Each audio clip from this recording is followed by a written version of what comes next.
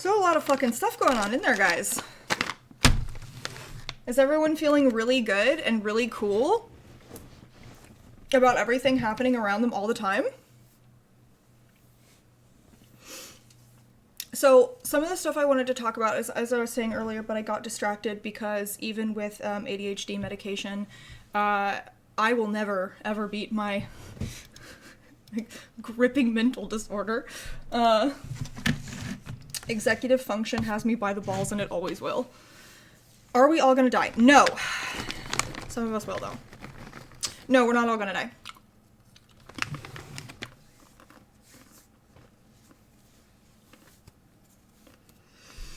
So,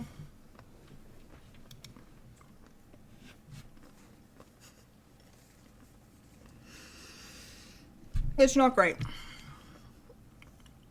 It's definitely not great.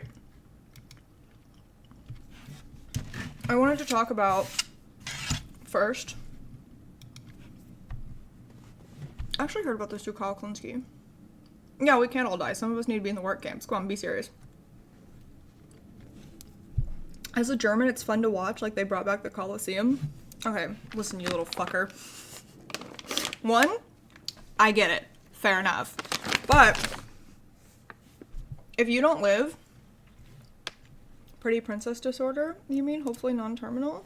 Yes, I do have beautiful princess disorder, but I also have the world's worst case of ADD, so ADHD, sorry. I think you need to understand that just because you don't live in America or Canada, I think right now there's this sense that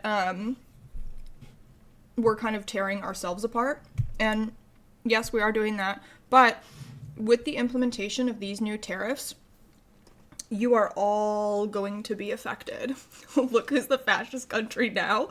Yeah, it's us too. Yeah, you say as AFD fucking inches ever so closer to being in control of everything and doing Hitler too.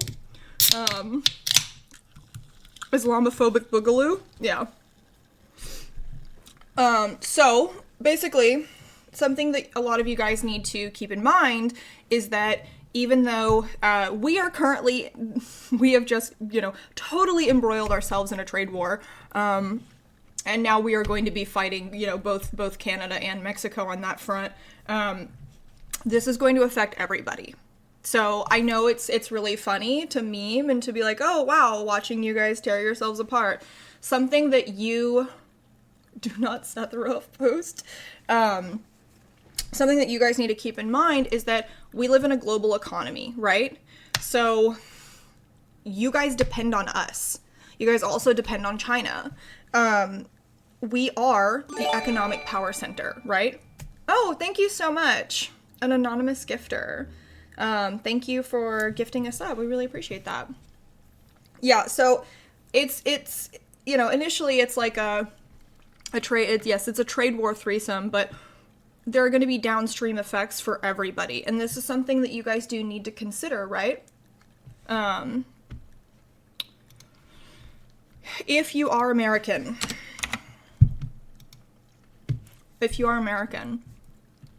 I need you to start taking a real look at your budgets right now. I need you to start thinking about maybe what you're spending money on, that I'm not saying let go of unnecessary spending, but I'm saying that what I would do right now is I would take stock of, hey, what can I let go of? What am I spending that's kind of unnecessary? I would see if you are spending money on stuff that you don't know you're still spending money on. I would check to make sure I'm not subscribed to stuff that's just been charging me.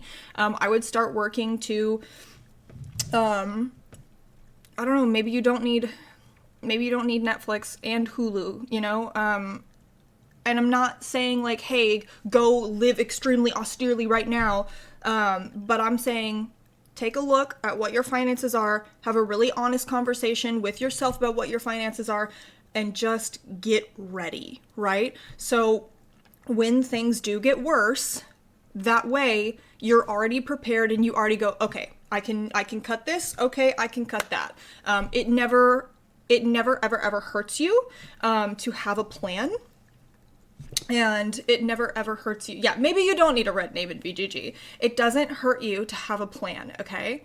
All I'm saying right now is that I want you to be as informed and prepared about your financial situation as is possible. Because, you know, we are seeing across the board tariffs on Mexico and Canada, right? 25%. There is a carve out for energy. So we get a lot of electricity and we get oil from Canada. So that's going to be tariffed at 10%. That is kind of a nice little silver lining, but that also does mean that yes, gas prices are going to go up. A lot of foods, the price of a lot of food is going to go up.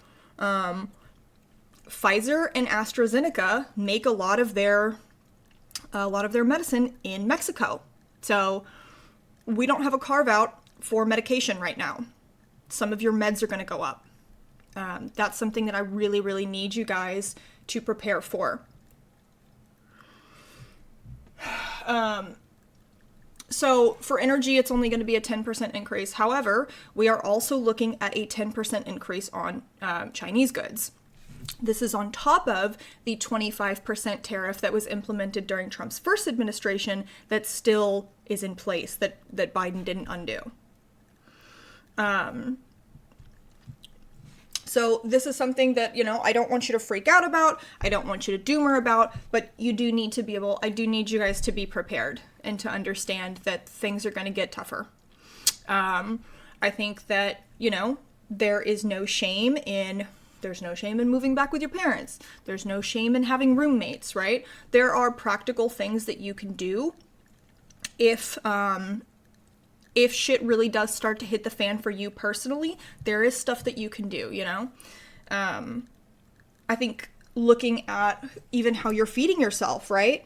I think taking care of yourself is going to be really important as we move forward. So like I would think about like, hey, am I meal prepping? Am I meal planning? Like how am I feeding myself? Am I spending money on junk food, you know? Are there public transit options that I could use instead of taking Ubers? And this really fucking sucks. And I understand that it really fucking sucks. And I want you guys to know that like, yeah, I'm broadcasting to you from what is a nice middle class house. This is going to affect me too, you know? I don't keep the vast majority of the revenue I generate, right? I pay for a lot of people, right? They depend on me financially. So, I just want you guys to know that like, I'm in this with you. I am here with you right now. And we're going to figure this out and we're going to get through it together. Okay. Yeah, now is a good time to learn how to cook and to delete Uber Eats. And I really fucking am so sorry that I have to say that to you, but unfortunately I have to say that to you. We will see how things go. I know a lot of people will tell you right now that they are anticipating a total economic collapse. I have seen people talking about a new Great Depression. I don't know. Okay. I don't know. And I'm not going to make predictions like that. I'm not going to give you guys worst case scenario predictions. Okay. I do think that there is a level of fearmongering there that is not necessarily responsible. I wonder how many people here could afford to live alone until now. I know a number of people here in Austin, a lot of people here in Austin that live alone, and that work multiple jobs and they just scramble and they make it work. I think that if you live in a big city, this is not necessarily, or if you live in a mid-sized city, this is not necessarily uncommon. And I think that a lot of people are just working a lot more, like working multiple jobs and having side hustles and doing OnlyFans and stripping and selling drugs and doing all that kind of stuff, to make that stuff work. So, I don't assume anyone's financial situation. I don't assume that you guys all live alone and have your own apartments. But I do know people that are like very insistent and that they, this is something that they gotta do, that they have to prove, like they have this hardened outlook about what it means to be an adult. Fuck that. We are entering into a time where You cannot afford to have pride or shame. It will crash if it doesn't change. I don't think that the powers that be are going to let that happen. God, I hope. Yeah. I would say I'm not going to sit here and tell you that the worst is going to happen, but I will say that I want you to be prepared for the worst.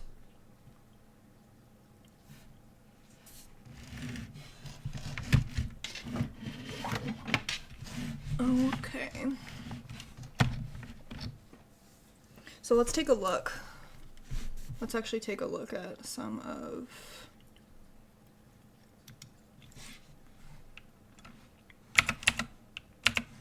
I assume you guys have watched...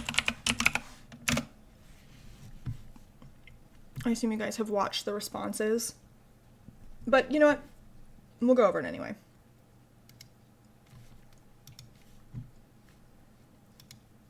Okay, this headline pissed me off so goddamn much.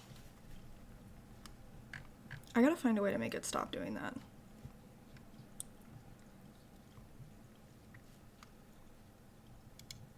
If someone can teach me how to be a streamer on my own stream, that would be really great.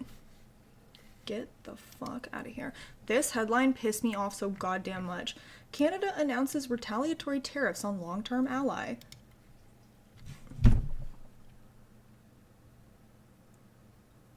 What the fuck did you want Canada to do?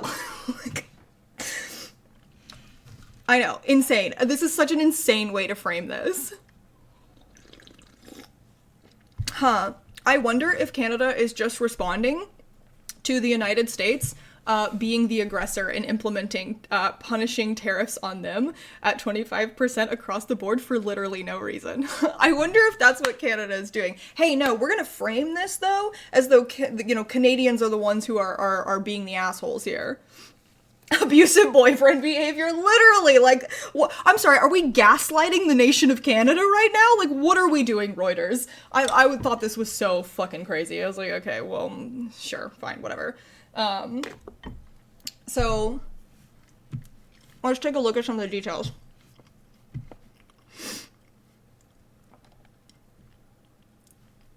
So Canada, immediately, and listen, I did not think that Trudeau had that dog in him. I really fucking did not. I knew Claudia Sheinbaum knew. I had a very, very, very, I thought it was very, very likely that Claudia Sheinbaum would respond in this way. I did not know, genuinely did not know how Trudeau was going to handle this. I do think that he is being probably more aggressive than he might in other circumstances because of the situation that's happening right now and the fact that he stepped down. I think he is thinking about his legacy, and I think that, he is... No, sorry, I'm from Canada.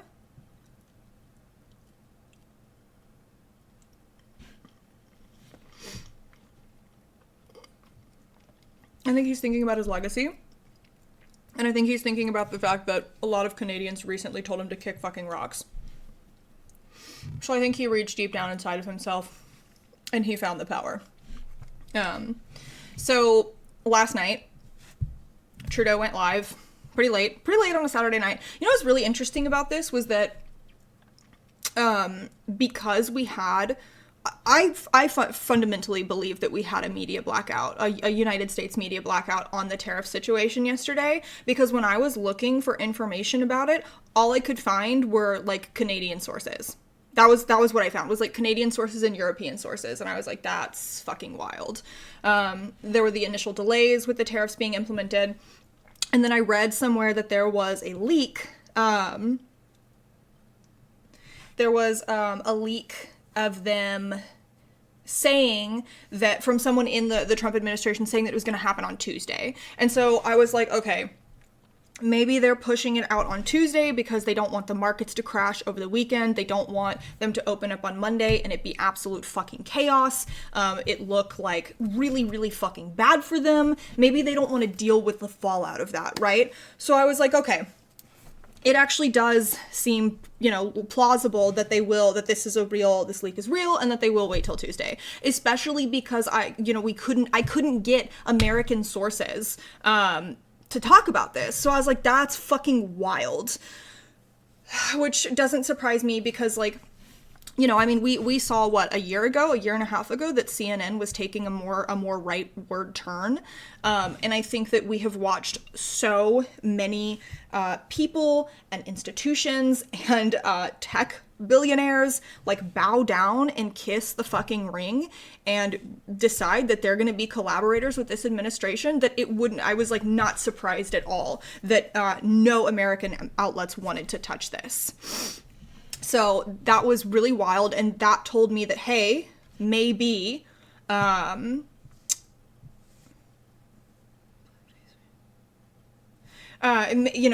this really will happen on like next week, because I was like, they've got to be either something that they really don't want people to know about right now, or, probably more realistically, that they didn't know. I think there's a high likelihood that they didn't know for most of yesterday what they were actually going to end up doing. I would not be surprised, because this landed like Saturday evening. I would not be surprised if there was it was unclear and Trump just said, fuck it, do it.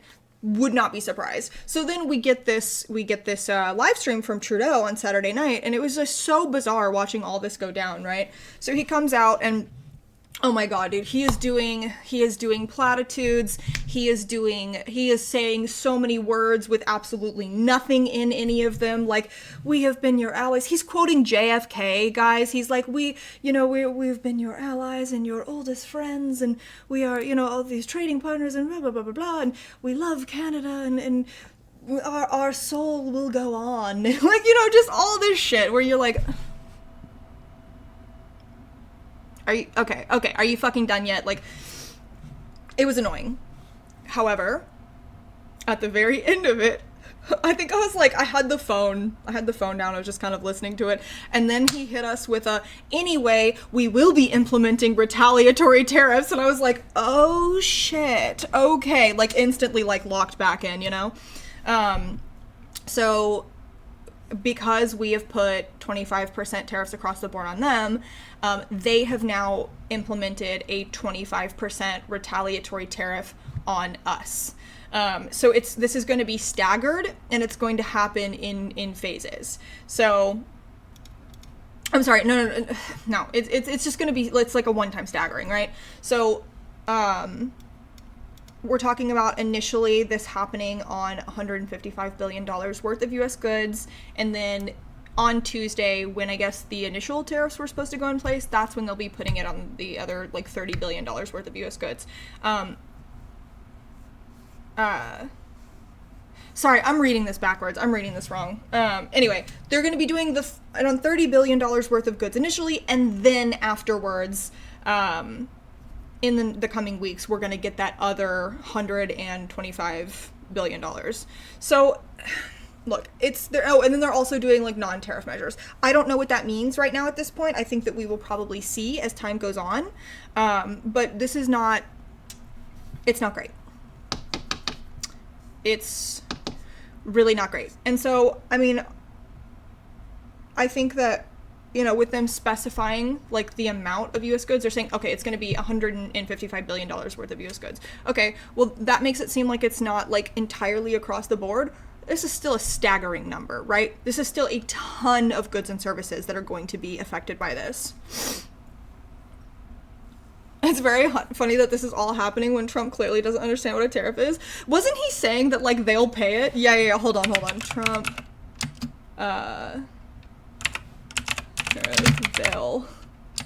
They will. I'm almost certain that he said that they will pay them.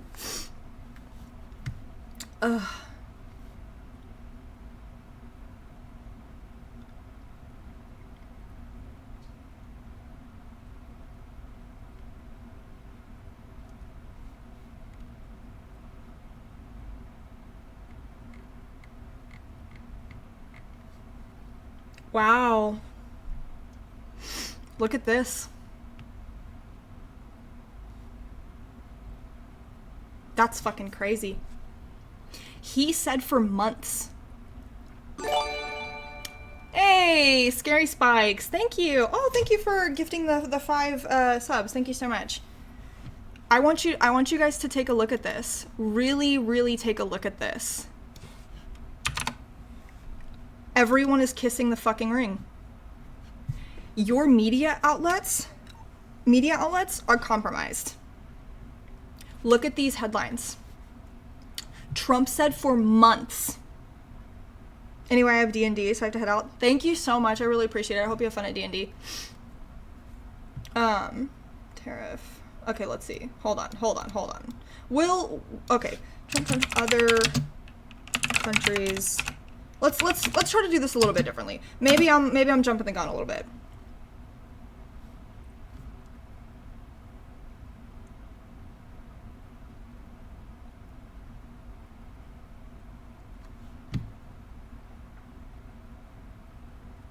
Wow.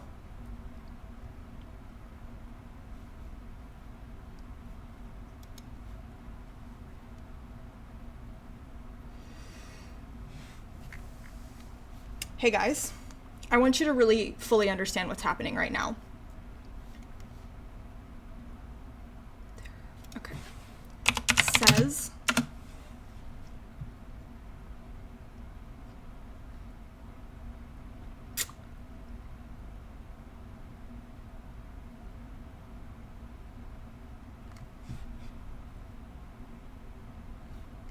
this is insane.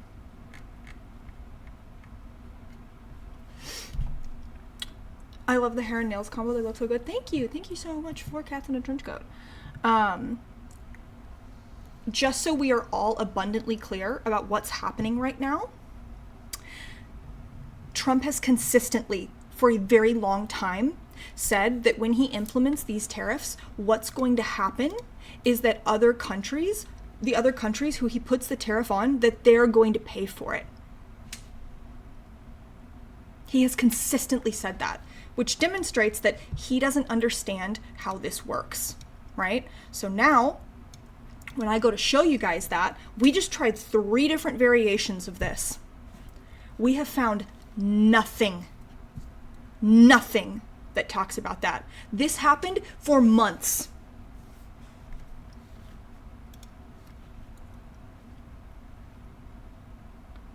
Yep. We'll get to that in a second. This was said for months, guys. All of these newspapers that had all the fucking smoke, he does know how it works. He just knows that most people don't know how they work. No, yeah, you're very right on that. You're very correct on. I believe that you're actually very correct on that. But what I'm saying is, yeah, he said it at almost every rally. He said constantly, and look at this. All of these media outlets, not one of them covering it. I tried 3 different variations of typing it in. We went to page 2. Let's go to page 3, actually. You know what? We're going to go all the way to page 5 of headlines. We're going to see if we can find a single outlet talking about him saying this. Right now, what I have searched is Trump tariff says other countries will pay.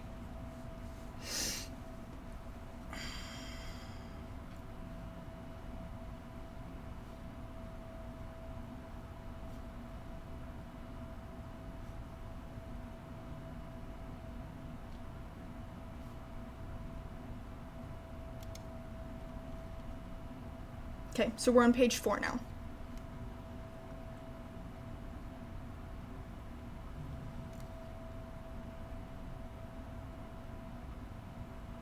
Now it's just saying a bunch of stuff from his recent commentary, which now he's dropped. Trump has completely dropped the talking point that other countries are going to pay for it. Now he's talking about how it is going to be painful for us and it is going to be hard, but we are willing to pay the price. It's worth it. Some real grandma is willing to die for the economy during COVID energy coming out of this man right now. All right, let's go to page 4.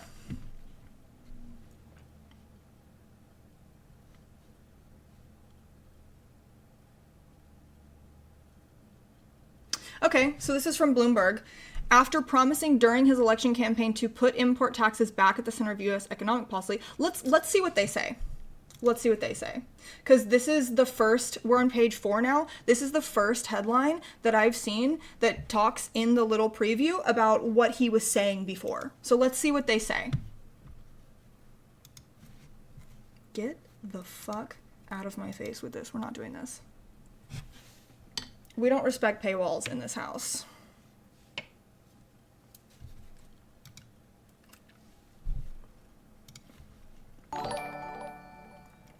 The AI overlord, thank you for subscribing. Yeah, some of you may die, but that is a price I'm willing to pay. What does he say? A chance I'm willing to take. We've been doing some Lord Farquaad posting on my Instagram story, by the way. I don't know why. We've just been into Lord Farquaad memes lately. Woo! Oh my god, more than halfway there. Thank you so much. Okay, let's see.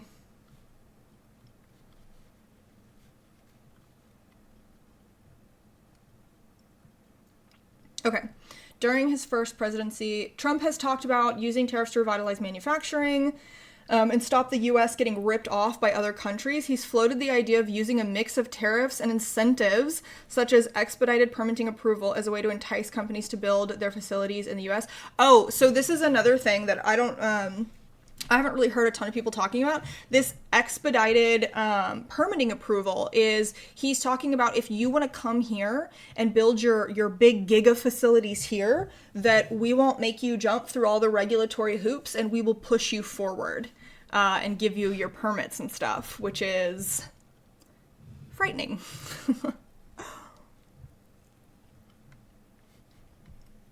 Okay.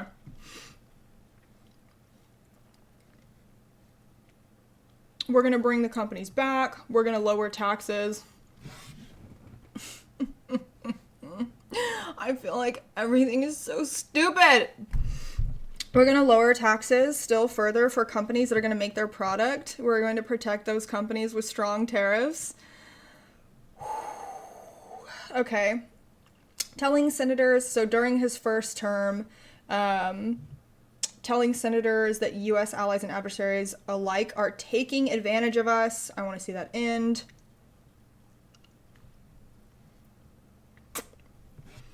Oh. Here's a really fun one.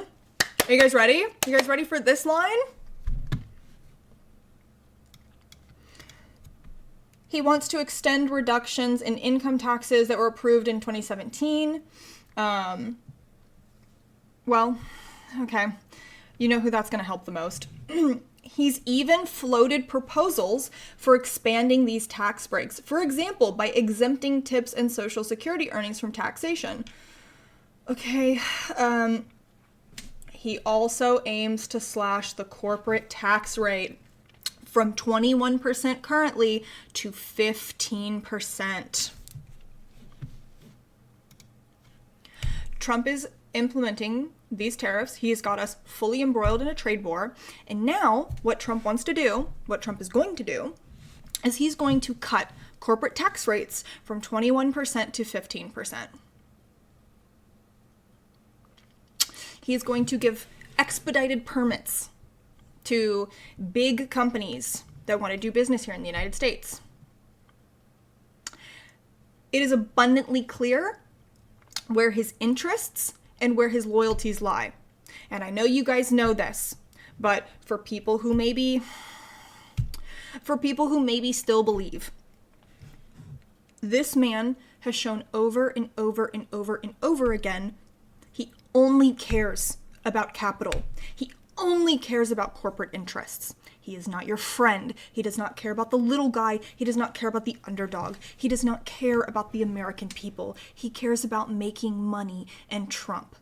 He is a malignant narcissist who is using his position to enrich himself and enrich his cronies and the billionaire oligarchs that are now actually pulling the strings behind him.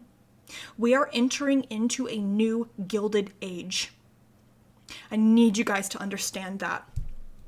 If you're not a fan of the channel, You're not a fan of socialism, leftism, whatever. I don't care. I need you to understand, even if you hate me, you hate my ideology, you hate everything I stand for, please just fucking listen when I am telling you guys that you need to prepare for things to get bad. You're going to be economically hurt by Trump and his business cronies, by the billionaire tech oligarchs who are actually running things right now, because they are robber barons and they are going to rape and exploit and rob this country blind at your expense.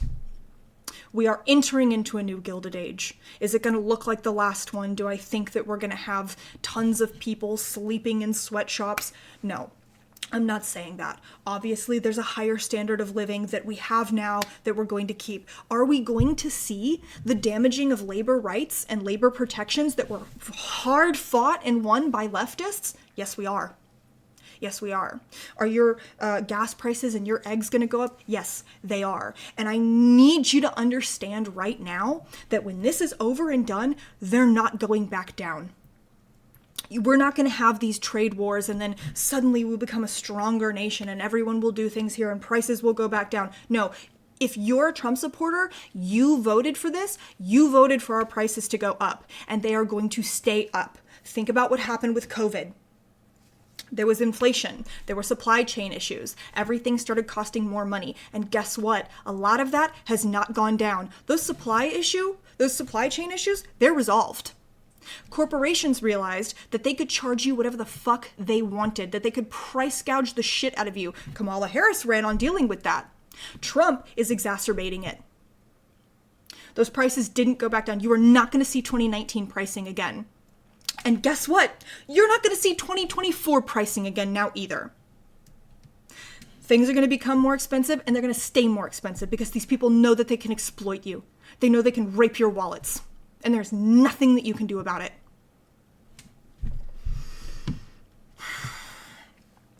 Jazzy jazz. We are witnessing the biggest wealth transfer in American history. We are witnessing the biggest wealth transfer in American history. You are watching Elon Musk, Mark Andreessen, Mark Zuckerberg. Who's the fucking guy who runs the OpenAI? OpenAI CEO. Sam Altman? Yeah. You're watching these people laugh in your face as they pillage your country. That's your future. That's what you voted for. And now we're all going to suffer. Yeah, we are entering into they want techno-feudalism. So I did not realize, I think that I don't think a lot of people realized initially, right? Because during Trump's first administration, I believe he was very much at the wheel. I believe Trump was holding the reins during his first administration. I think now, I don't think that's the case anymore. I think it's very obvious. We watched the inauguration. We saw who was sitting behind Trump, who had a special place of honor and literally like having a special place of honor at the inauguration right behind Trump. Who was it? It was tech CEOs. It was billionaires. They had better seats than Congress people. It is very, very clear what is happening right now and who is in charge. They don't have to hide it anymore.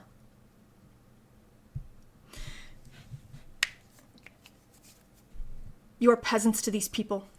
That is how they see you. Ah, yes, Moldbug. Look up Curtis Yarvin. He's a dude who influenced Vance and Teal. So if you guys don't know who Curtis Yarvin is, he is a blogger who goes by the name of Moldbug. And this actually ties into what I was just about to say. During Trump's first administration, he was very much at the wheel. And the thing about Trump is, yes, he is also a robber baron. He is a Gilded Age level era robber baron. But Trump is such a fucking narcissist that he can't really think strategically in the way that these people are. Trump alone would never be able to rob this country blind because Trump is incompetent, right? Trump tried the first time. He very much tried to enrich himself and his family, but Trump doesn't have the vision, okay? Trump is not an architect. I'll tell you, Curtis Yarvin is a fucking architect. A harbinger of doom and chaos and destruction. I believed for a while that what we would see now is naked authoritarianism. However, I no longer believe that. I believe what we will see now is the Koch brothers' wet dream. The Koch brothers' anarcho-capitalist, borderline, straight up anarcho-capitalist wet dream. I think that this is going in a direction now that I did not anticipate and that I think a lot of people did not necessarily anticipate last time. I thought we would see a lot of, big government authoritarianism, but like big government in the worst ways possible, right? Now, I believe that they are going to strip this country dry. I think they're going to strip this country dry. I think they are going to do away with all of the elements and systems that the country that the government had that were actually doing anything good for people. I think that they are going to turn this into a corporate hellhole, and that they are going to strip away everything that makes society function. I think they're going to break the government on purpose. I think they want to do away with government, and I think that they want to pillage and rob us blind and keep us just happy and tired and just educated enough so that we can continue to generate profits for them in the company towns that they are going to build for us. So I think this all sounds very dramatic if you don't understand the groundwork that was laid decades and decades before this moment, right? I have talked about this on stream quite a few times, actually. There is a fantastic... have a great day. I'm sorry that this is all the information you're taking in before you stream, but have a good day. The groundwork for this type of heist has been laid it was laid a long time ago. So we have talked about the Koch brothers on this stream. The Koch brothers, one of them is dead now. I believe that would be, is it Charles? Charles is the one that's still alive? Charles Koch.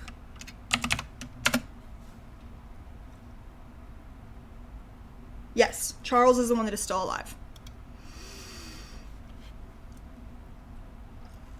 David Koch is the one who died. Charles Koch said sorry a little bit ago. I don't know if you guys can remember that. Charles Koch. Hold on. I'm sorry. See if we can pull this insane article. Ah, here we go. Yeah. 4 years ago. This is fucking insane, by the way.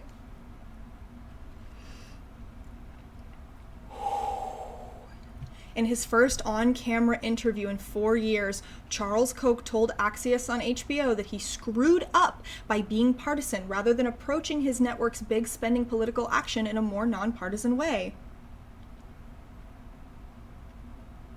They even came out and fucking said it. So, when Obama was elected, the Koch brothers formed a network. This included the, is it the Olin Mellencamp family?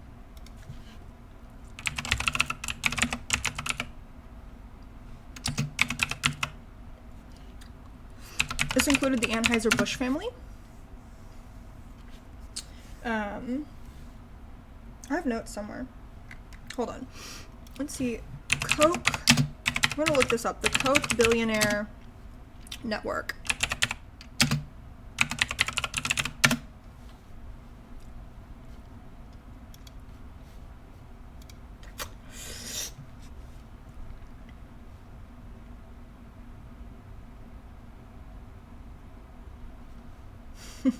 I don't know if you guys know this, but the Koch brothers' father, who made a ton of money selling oil to both Stalin and Hitler during World War II. Yeah, these guys are rich off Hitler money, by the way. These guys are blood money all the fucking way down. He was a founding member of the John Birch Society, by the way. So David ran for the Libertarian Party in 1980 and he lost. And he talks about when he lost, because he ran for vice president. David has very openly talked about losing how losing showed him that the keys to real power are not about being, what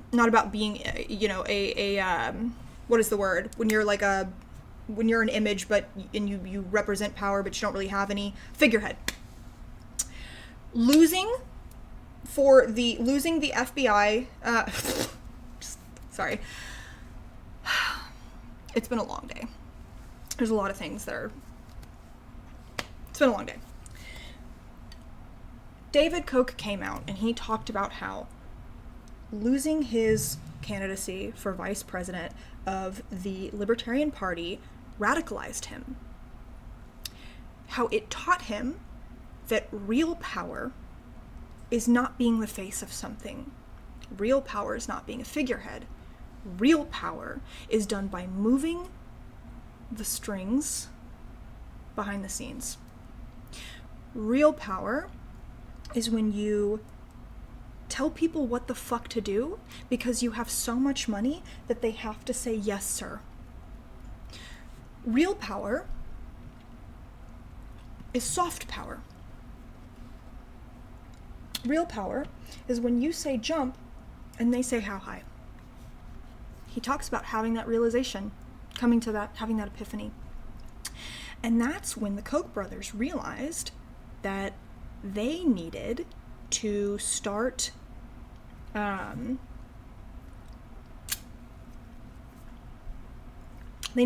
building.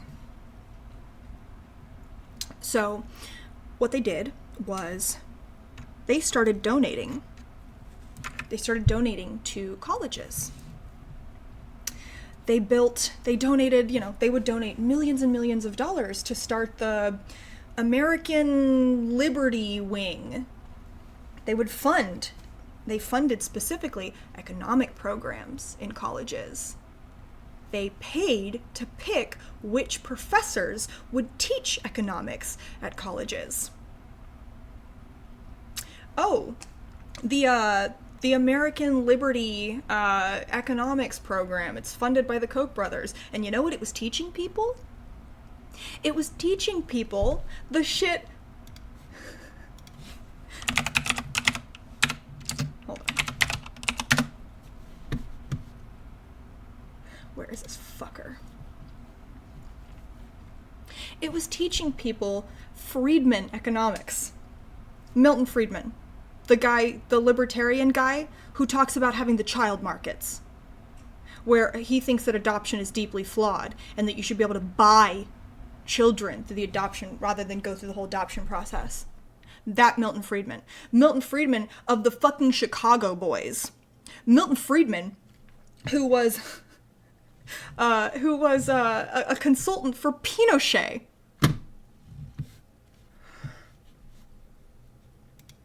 This was the kind of economics. This is what they were doing. They were buying economics programs and teachers in colleges. They started doing this in the 90s and getting them to teach Milton Friedman level libertarian economics. Oh, I'm so sorry. That was Rothbard. Rothbard was the child market dude. I should know that too, because I literally have the writing clipped and saved on my computer. Sorry. Like I said, it's been a long day. You're right. Milton Friedman was the Chicago Boys guy. Rothbard is the child market guy. By the way, libertarians get really mad. Listen, It takes 3-4 steps to defeat a libertarian, but if you want to have sometimes you confuse pedophiles. So true. If you want to have a little bit of fun with a libertarian, talk to them about the child market.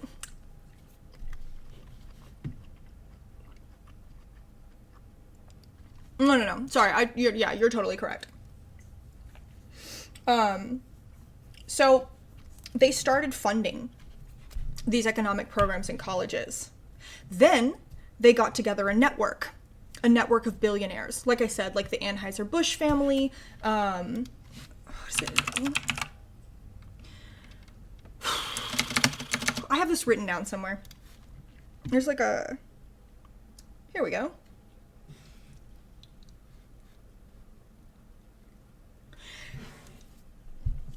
It was in 2003.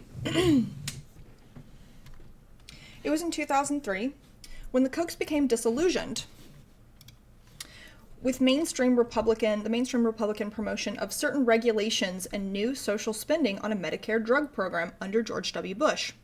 According to Charles, we said, gosh, we've got to get involved in politics. That's bullshit, because they talk about, in other places, they talk about how they've been involved for quite some time. This began the twice-yearly gatherings of wealthy conservative donors, known as seminars, the funding and directing of a full array of political party-like activists, including organizations that could operate in the states and mobilize grassroots activists along with paid operatives. You know how conservatives can't shut the fuck up about crisis actors and paid protesters that got bussed in? You know who's really doing that? It's the fucking Koch network. They are openly doing that, and they have been for so fucking long. The Koch brothers realized that the way you get things done is that you make it grassroots. You make it seem like it's grassroots. So you put a lot of money into stuff that seems little. The Koch brothers the whole network put an enormous amount of money into local politics. They would spend millions of dollars to get local politicians elected because they realized you build from the ground up. You can sit at the top and try to force people to do whatever it is that you want, but there's a lot of institutions and there's a lot of obstacles. There's a lot of stuff built in place, there was, to keep us safe from a dictator king that wants to do something like, create a new Gilded Age. There are a lot of protections in place for that. However, when you start to erode those, and when you have to build a house with a foundation. Okay? You have to build a foundation for a house. They realized that if you can get the people on the ground level, if you can trick them, if you can propagandize to them, if you can convince them to vote against their own interests, something we have seen 1,000,000 times over, oligarchs, big business, leaders know that you can get people to vote against their own interests by turning them and pointing at someone else. We know they manufactured the concept of race that we have now so that it would be easier to go from white indentured servitude at the beginning of this country to black chattel slavery. There's a book called Slavery's Capitalism that you can read all about that. It was done on purpose. It was manufactured because the slave owners and the property owners and the gentry, the wealthy, the aristocrats knew if you take a dumb, fuck, poor white person and you point him at a black person and you say woke and DEI and welfare queen, who's that broke, dumb white person mad at? Are they mad at you? Are they mad at you? The wannabe lord reaching into their pocket and taking the coins out? Jangling it behind their back, laughing? No, because you've just told them to be mad at that person. You've played on their emotions. We've known this is how things work since the beginning of time, right? So this is no different. This is absolutely no different. So the Koch brothers started doing things.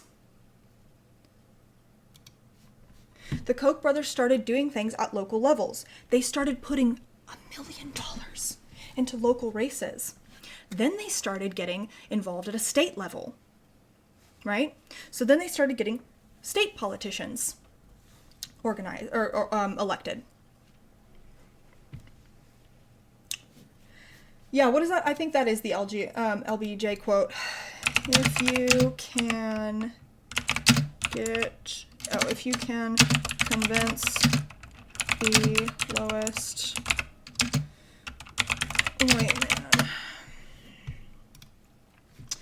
Lyndon Baines Johnson said this. If you can convince the lowest white man he's better than the best colored man, he won't notice you're picking his pocket. Hell, give him someone to look down on and he'll empty his pockets for you. This has always been true, and the people who run shit, the people who make more money than God, know this. The Koch brothers started this in the 70s, and now here we are.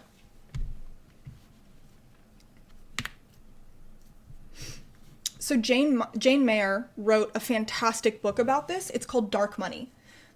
Jane Mayer, this woman. In Dark Money, she details all of this, step by step. I cannot recommend this book enough. The Dark Side is also very good. Do not mistake Dark Money with The Dark Side, because The Dark Side is about the horrible shit that we did in Afghanistan and in Iraq. I cannot recommend this book either enough, but this is a completely different subject. So yeah, here we go. So in Money and Politics, oh yeah, so they funded the Tea Party as well. Just so we're very, very, very, very, very clear. The Koch brothers are responsible for the Tea Party movement. I believe, was it the Tea Party that gave us Ted Cruz? Ted Cruz. He has some sort of heavy connection. Yeah, how Sarah Palin and the Tea Party helped Ted Cruz win.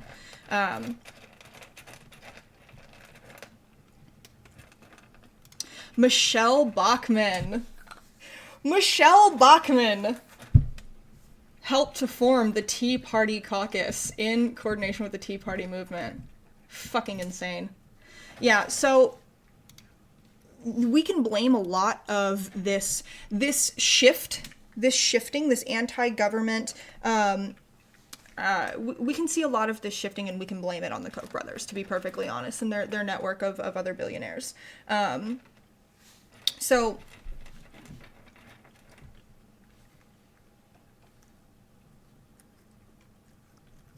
oh, this is very interesting.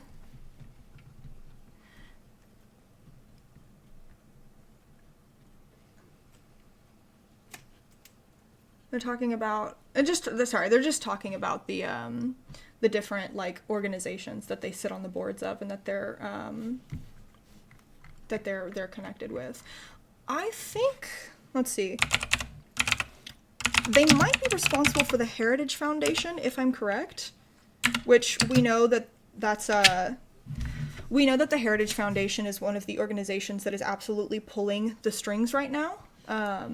Heritage Foundation, Koch Network.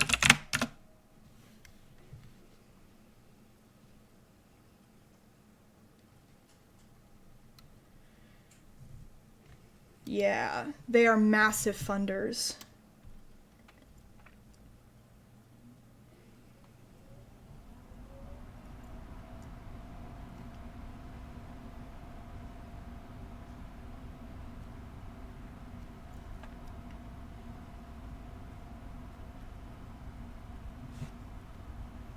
Talking about $55 million coming from Koch-backed Koch Network.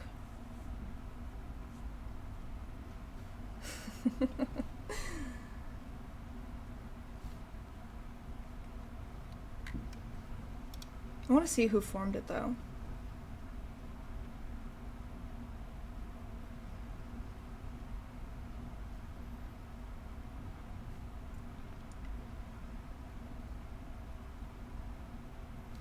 Wow, Paul Weyrich. That is a name that I have not thought about in a long time.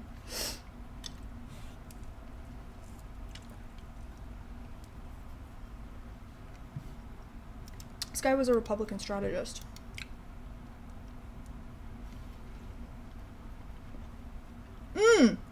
Yeah. This guy is not only responsible for the Heritage Foundation, but also ALEC, the American Legislative Executive or Exchange Council. ALEC, who is one of ALEC's biggest funders and owners and partners, is GeoCorp. It might be Geo Group. Hold on. Geo Group, which is the largest string of for-profit prisons possibly in the entire world. Geo Group they're a publicly traded corporation. Yeah, let's see, that invests in private prisons and mental health facilities in the United States, Australia, South Africa, and the United Kingdom. Do you understand what I am saying? Do you see it? I'm Charlie Day with the fucking board and the red string. I'm Pepe Silvaing this. But I'm right. You are peasants and prison fodder to these people. All of this shit is connected. So, the groundwork for this raping and pillaging of our country was started a long time ago. It's very American. It's been in the works for, 60? 50 years now?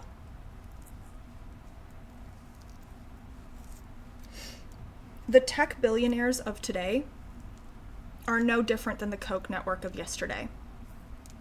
And those people are no different than the robber barons of the 1920s.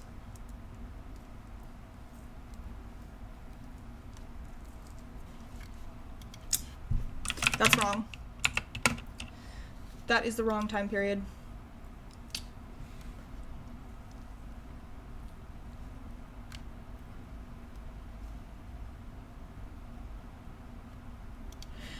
Sorry, of the late 1800s. You know what I meant. Things are scary, but I'm happy to see you streaming. Thank you. All of this shit is connected. This has been in the works for a very long time, and now they're getting their wish. The people who really run shit in Washington, it's billionaires, the donor class. Their interests are taking as much as they can, giving you as little as possible, so they can keep you as a workforce. Do you know why? Do you know why we have for-profit prisons? Do you guys know why? I know why. I bet a number of you do, actually. That's right. That's very correct, Winterfreeze. Let's talk about the 14th Amendment.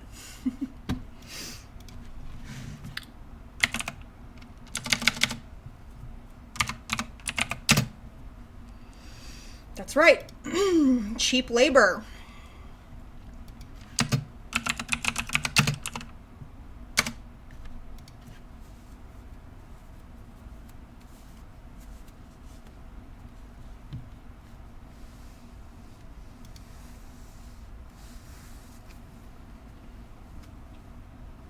No, I'm wrong.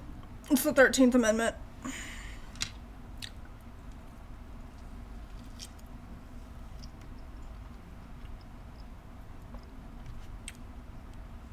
Oh. Wait. Hold on. It's been a really long time since I needed to use my brain. Like, in a real way. But I don't feel so bad, because I'm only getting details. I'm only getting, like, small details off by a little bit.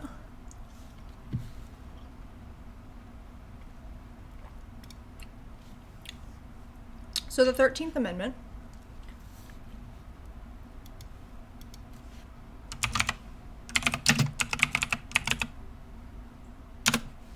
check this out, guys. The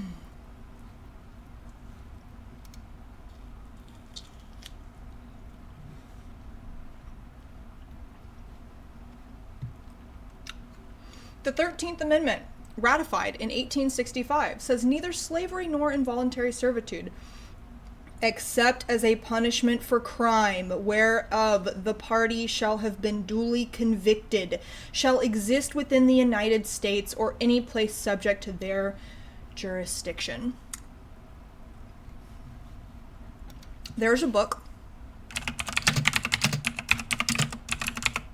Some of you will be familiar with. It is called The New Jim Crow. In this book, Michelle Alexander. In this book, Michelle Alexander outlines painstakingly, meticulously, how the over-policing of black neighborhoods, the enforcement of crime, of poverty, right?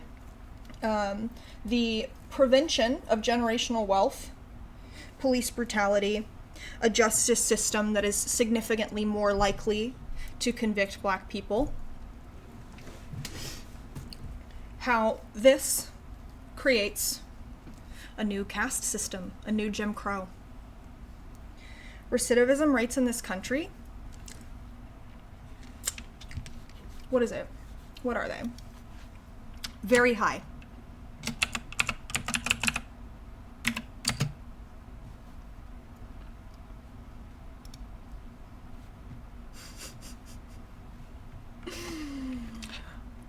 Take a look at this, guys. As of 2022,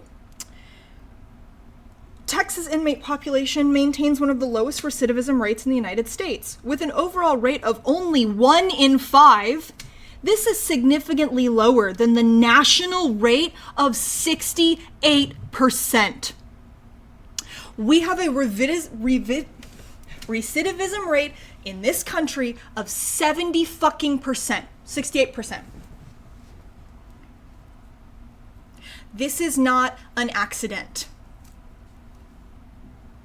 And even if it was an accident, everybody with the ability to do something about it knows. And they've known for a long time. And you know what they don't do? They don't do something about it. And you know why they don't do something about it?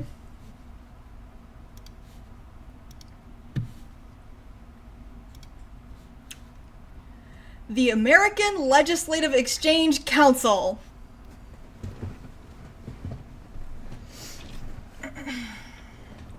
They draft legislation. They write legislation, and then they give it to congresspeople. Isn't a lower recidivism rate good? Yes. Yes. But 1 in 5 is still fucking outrageous, and the national average is 68%. So that's not a low recidivism rate. That's an extraordinarily high recidivism rate.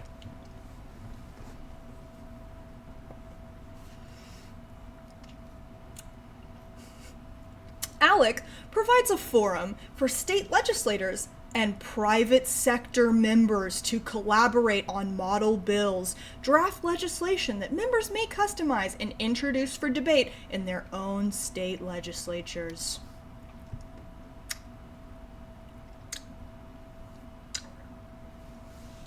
ALEC has produced model bills on a broad range of issues, such as reducing regulation, and individual and corporate taxation, combating illegal immigration, loosening environmental regulations, tightening voter identification rules, weakening labor unions, and opposing gun control.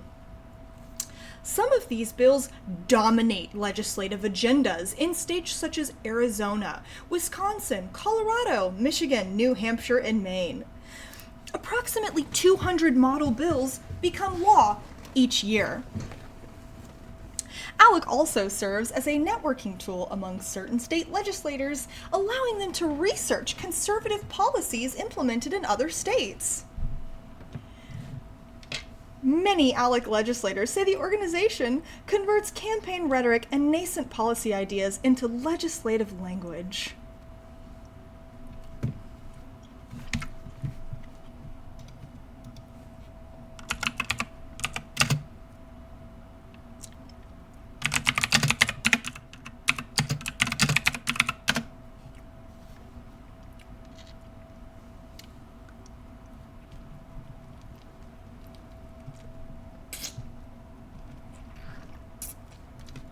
I don't know if I'm going to be able to find it now.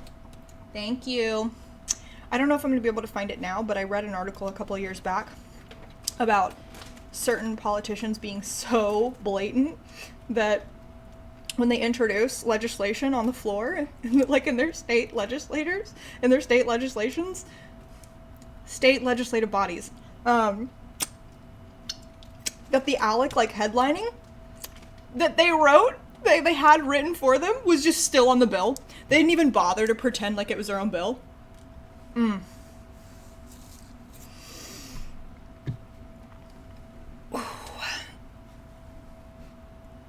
Yeah.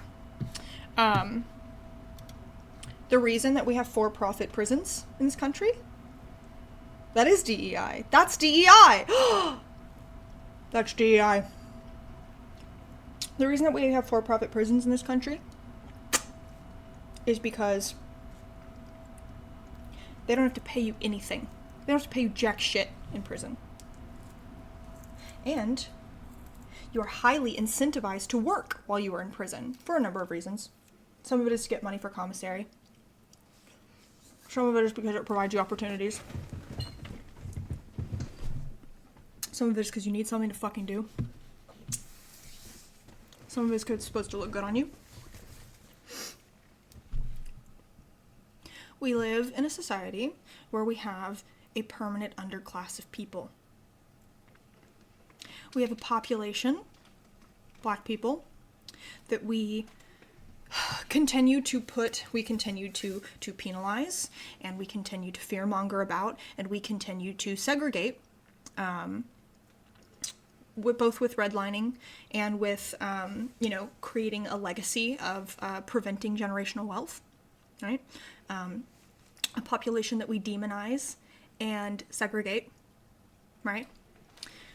The school to prison pipeline is very real. You don't have to take my word on any of this. You can read Michelle Alexander's book, The New Jim Crow. She outlines it better than I will ever be able to, right? In an exorbitant, painful amount of detail.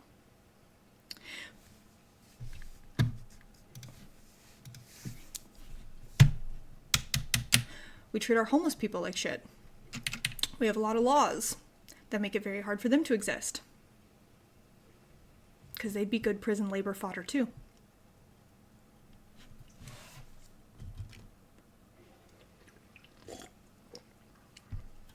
What is happening right now is happening because these people do not care.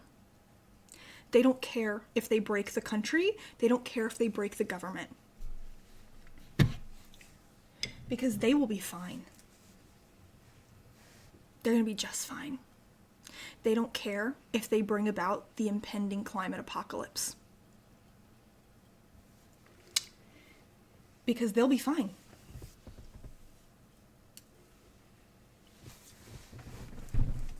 All the bad outcomes that we're going to see, they don't care.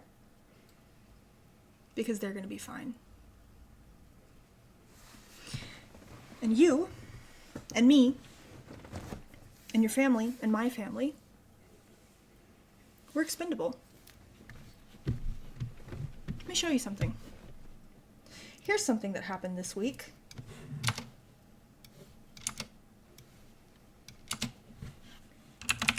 Do you guys know who Rich McCormick is?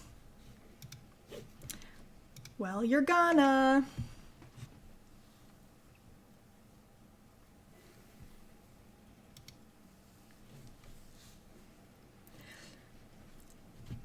This video will say a lot about your politics. Do you regard this image with respect or disgust? I'm joking, because if I don't joke, I'm going to do things that I cannot say on twitch.com. So, I don't think I've ever hated anyone's face more than McCormick. Yeah. The video that I'm about to show you should radicalize you.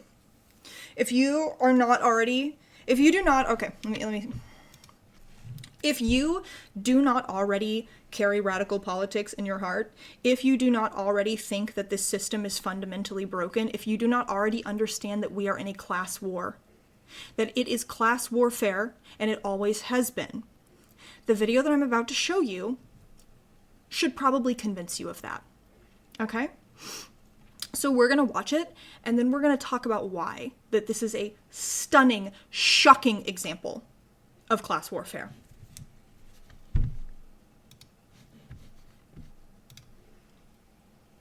Right now with this freeze, vulnerable populations could be directly impacted. And so my question to you, just to follow up with you, would you support getting rid of school lunch for vulnerable kids and breakfast and Head Start, for example, and getting rid of childhood cancer research? Do you support that? And what do you say to your constituents? I want to follow up on that question too, because I didn't hear an answer from you.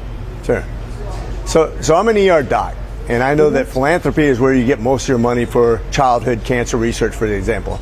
And it's not just you look at what the president just proposed, a $500 billion spending bill on AI to produce cancer early detection in the first stage on most body parts. That's his spending bill where he wants to increase cancer research. So it's just about what part of the money it comes out of.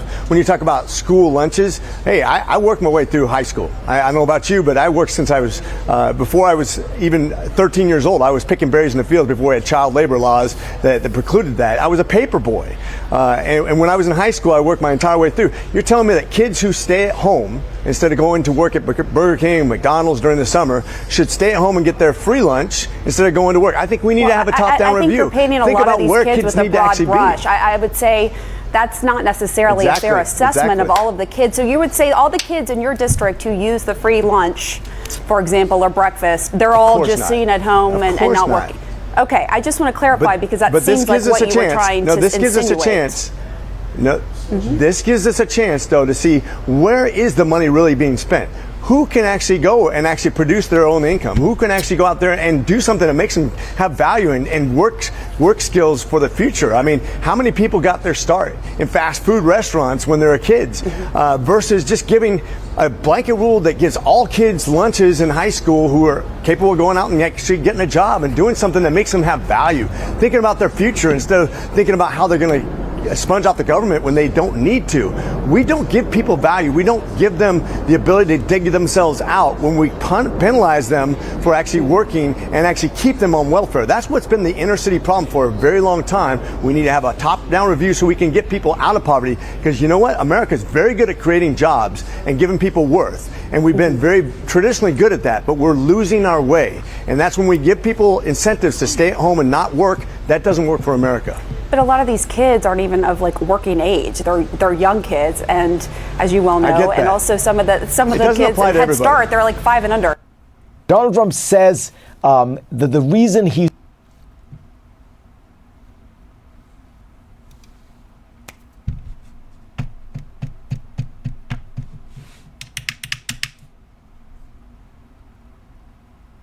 So the first thing I want to note is that he said probably 3 or 4 times that work gives people value. He said that work will give these kids value, that it'll help them contribute to the market, that it'll give them worth. In a sane world, he would be chased down and beat with hammers. I can neither confirm nor deny that I agree with that statement.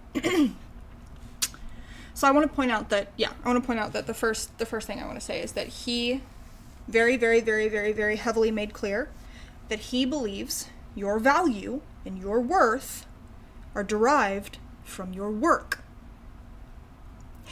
he said that work will give you purpose. It'll get you out of poverty. It'll set you free, maybe. I feel like I've heard that before. Huh. Odd. So that's the first thing to note. He says at the end, in like 2 seconds, oh, well, obviously this will not apply to everyone. Because this anchor very correctly brings up to him, hey, most kids who are receiving free lunches are not of working age. Now, I believe that a year from now, his response on national television would be something along the lines of, but don't you understand? The children, they yearn for the mines. Don't you understand? The children, they want to work. Oh, you're 10 years old? You've got 2 arms, don't you? You can count, do basic math, you can read, can't you? Don't you want to teach them early? Don't you want to instill good values in them early? I think we're like a year away from that kind of shit. So, this thing that you just watched, this clip that you just watched of Rich McCormick saying that, saying that kids should get jobs. Middle school, high school kids should get jobs rather than be provided with free lunches, which will make them think that it's okay for them to leech off the government. Oh, and of course he slipped in the word inner city. This man is very clearly a white supremacist, right? We all know that inner city is code for black. We all know it. This has not been a secret for... This has been common knowledge for decades now, right? It's hardly even a dog whistle at this point. We know that this man is a white supremacist, but something I need people who... And again, you know... I don't know if people watch this stream. I'm sure that there are some people who hate watch this stream, right? I definitely think that there are people who do that. I need conservatives and people defending this kind of thing to understand that your white skin will not protect you. Yeah, these people who advocate for this kind of thing, they're white supremacists, definitely. But they also think that you're a peasant, right? Conservative politicians, conservative pundits, conservative strategists, people who work at the Heritage Foundation, they find their voter base to be shameful and embarrassing. They think that you're white trash. Yeah, you're white, but you're still trash. They think that you're ignorant, they think you're uneducated, and to a degree, they've worked very hard to make that as correct as possible. Your white skin will not protect you. They'd kill 500 poor white people if it meant it would kill 501 poor black people. That's correct. That is correct. You are a peasant to these people. The only way this could have been more obvious, the only way this could have been more transparent about how Rich McCormick thinks about you for not having the money and the power, the access to power that he has, the only way it could be more transparent is if Rich McCormick had turned and looked into the camera and said, my name is Oklahoma politician Rich McCormick. I'm a conservative and I think that I'm better than you. My children will never go hungry. My children will never need school free lunches because I have a lot of money. I was born into money. I'm surrounded by money. And I think I'm better than you because of it. My children will never go hungry, but I don't care if your children do. In fact, I think your children should have to earn their worth as human beings. I think it's okay if your children go without, and they should get jobs to provide value to the market. Because I prize property and capital over people. Anyway, you're a peasant. That's the only way it could have been more clear. Because Rich McCormick's kids will never be hungry. Rich McCormick's kids will never go without. But he thinks it's okay if your kids go without. Because you are involved in a class war. You have always been involved in a class war. Your enemy is not woke people or liberals or DEI initiatives. Your enemy is not black people or lesbian firefighters in LA. Your enemy is not trans people. They are not trying to groom your children. Your enemy is not people who look like me. Your enemy is not socialists or communists. You've been trained to think that these are dirty words and that communism is the worst thing possible because your government has pushed anti-communist propaganda on you and everyone around you and your parents' parents and everyone around them for many, many, many decades. You have been trained to violate and help people violate you and your interests. You have been subject to propaganda your entire life. Your enemy, it's not the people around you. You have more in common with a homeless person than you do Rich McCormick. In fact, you're a few bad days away from being a homeless person. That's real, whether you want to admit it or not. You will never, ever be a Rich McCormick because there is a system in place to keep you from being a Rich McCormick. That's on purpose. No, your enemy is not black people. It's not wokeness. It's not trans people. It's not DEI. You don't even know what DEI means. Your enemy is capital. Your enemy is capital, right? Capital interest, the capital class. Your enemy is billionaires. Your enemy is people like Rich McCormick who will constantly put forward legislation that makes your life worse, that implements economic austerity, and that says that your kids can go without, and they should have to work to prove their value to the market. Psychopaths like this guy who are in charge, who have a crumb of power. Rich McCormick is not part of the capital owning class. He's not a billionaire. But he knows very well who feeds him. He knows very well who contributes to his re-election campaigns. Is it you? Can you give his re-election campaign $1 million? No, of course you fucking can't. So you don't matter. Because his interests are not your interests. His interests are the interests of the people who can donate $1 million to his re-election campaign. Because Rich McCormick doesn't want his kid to ever need free lunches. So he will step on you, and he will crush you. And he will make sure that your kid can't have free lunches. Because he needs to serve his corporate interests. And those corporate interests are keeping you on the bottom so that these narcissistic, psychopathic rich people who see everything as a zero-sum game can continue to live exorbitant lifestyles at your expense. Republican politicians are not your friends. They are your enemy.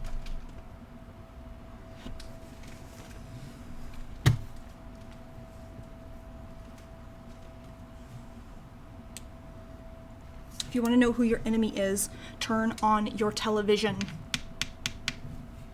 That's where your enemies are.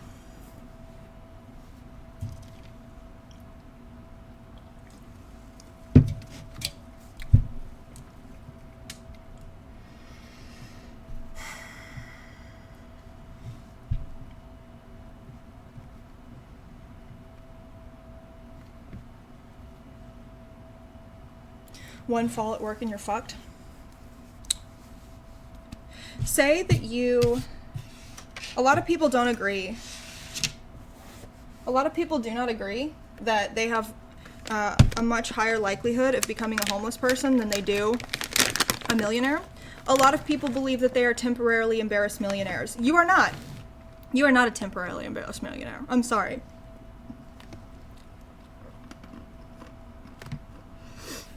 I'm gonna put it to you this way. Let's say you're married and you have 2 kids.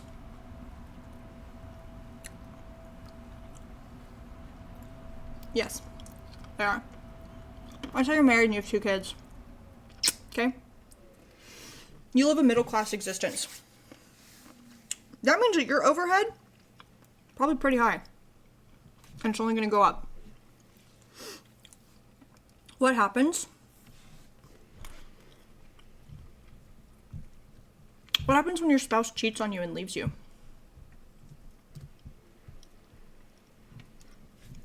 What happens when they either fight for full custody or they want half custody of your kids so that they don't have to give you child support? What happens when you live in a state without alimony?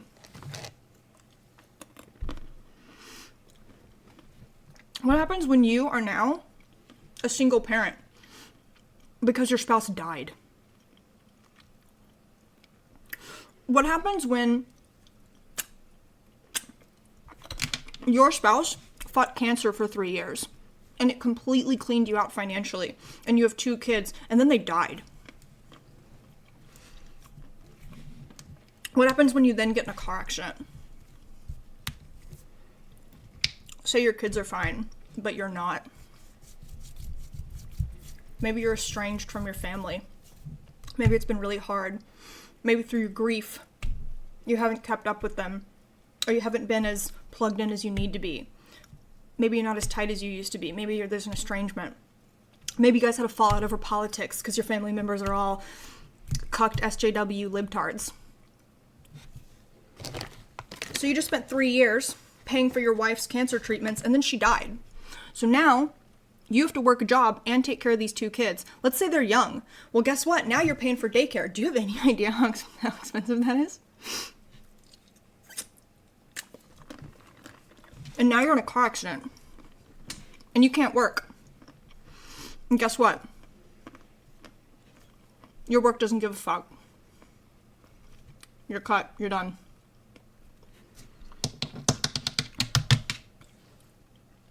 You are a few bad days away. You're a few really bad days away from living the same way that a lot of the people that you look down on and consider to be untouchables do. What happens when you have a bunch of money invested in the markets and these trade wars crash our economy and you have nothing? And you go live with your parents, but your parents also have nothing. And their car gets their house gets foreclosed on. What happens to you then? You will never be a Rich McCormick. Never. But you could very well easily be someone who depends on and needs social safety nets and social programs.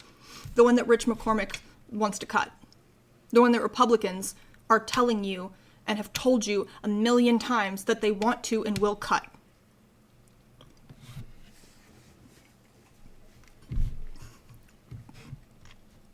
Okay, I might be out of line, but hear me out. Get rid of sissy cuck hypno and replace it with democratic anti-capitalist hypno. Guys, I have been using my body as clickbait for like 5 years now.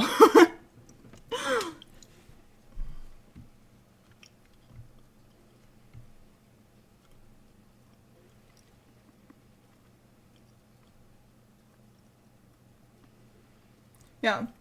The myth of the self-made millionaire is strong. It is a brain rot. It is a brain worm infecting society.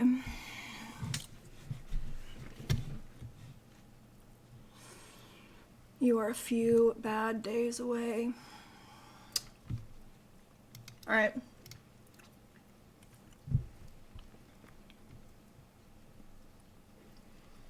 People finally start earning a good wage and then they start saying fuck the poor. People get into a middle class lifestyle and they are suddenly just filled to the brim with Hitler particles. Yeah. Your average American is completely brimming with vibrating,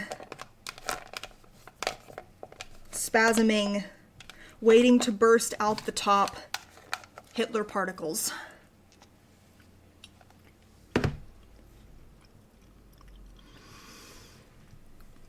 Well, that really is the question, isn't it? Are we hoping for accelerationism in the hopes that the material conditions will lean towards our side? No. No. I'm not.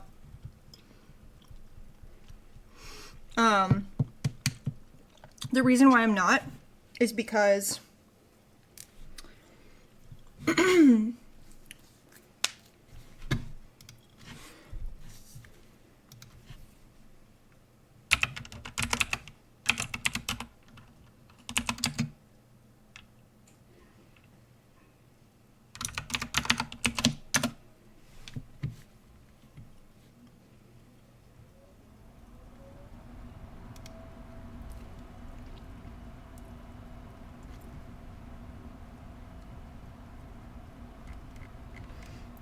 so something that happened before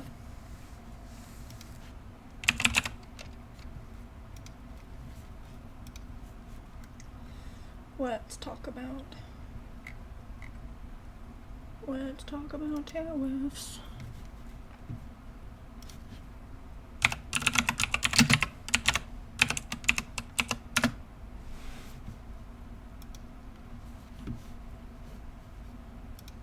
Let's talk about the Tariff Act of 1930. Fuck.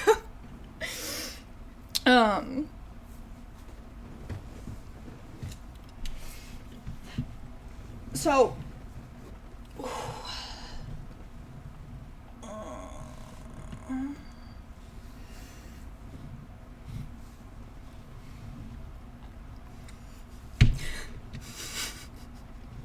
the Tariff Act. Me trying to make convo post hookup. Yeah. No, so if you've ever wondered what it's like to date me, it's a lot of you trying to make conversation with me and me being like, that's cute, that's cool. You wanna come over? Okay, yeah, you can come over here. And I sit you down on my couch and I give you make you a little drink, give you a little treat. And I sit down on the couch and I put my hand on your knee and I say, let's talk about the Tariff Act of 1930. And then you go, I need pussy so bad. Okay, yeah, let's talk about the Tariff Act of 1930. That's what it's like to date me.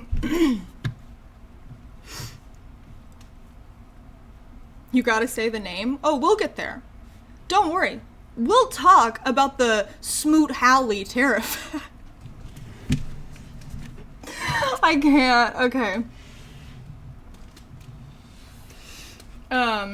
Yeah, so it's established at this point, it's completely agreed upon, that these series of tariffs, that Huber, that, are you serious right now?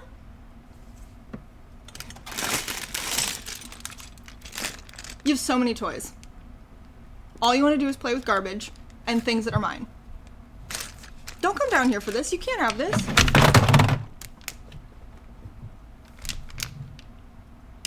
He landed right on my keyboard. Very cool, Ernan. Thank you. Jesus Christ. And now, oh my God. Okay. No, I was actually talking to my roommate that has been perched above here this entire time. Okay, yeah, so now that the fucking Kitty Express has left the station, Jesus Christ. Let me see if I can, hold on, let me see if I can do something. Yeah, Herbert Hoover. What did I call him? Hoover? Herbert Hoover. Yes. Herbert Hoover. Okay, we're gonna say his name. We're gonna be serious now. Okay, this is a really serious stream. Everything that happens on this channel is really serious. Yes, Sherbert Hoover. Sorry, I can't help myself. I have to be an idiot or I'll die. It's pretty established at this point that these tariffs that Hoover signed off on really made the Great Depression a lot worse. Okay. It did not, yes. Yes, the 31st President of the United States, Goofy Goober. Yes, fantastic. This made the Great Depression a lot worse, okay? And does anyone know what happened after the Great Depression? We got FDR. After the Great Depression, we got FDR. And we got a lot of really great public works. Yes, after the Great Depression came the Great Happiness. No, never in American history has there been a time period called the Great Happiness, and never in the American future will there be a time period called the Great Happiness. And that's kind of the point that I'm making here. I do not wish for accelerationism because, oh yes, the Great Zolofting. I don't think that we're getting an FDR. I do not believe that we will be getting an FDR when this is done and over.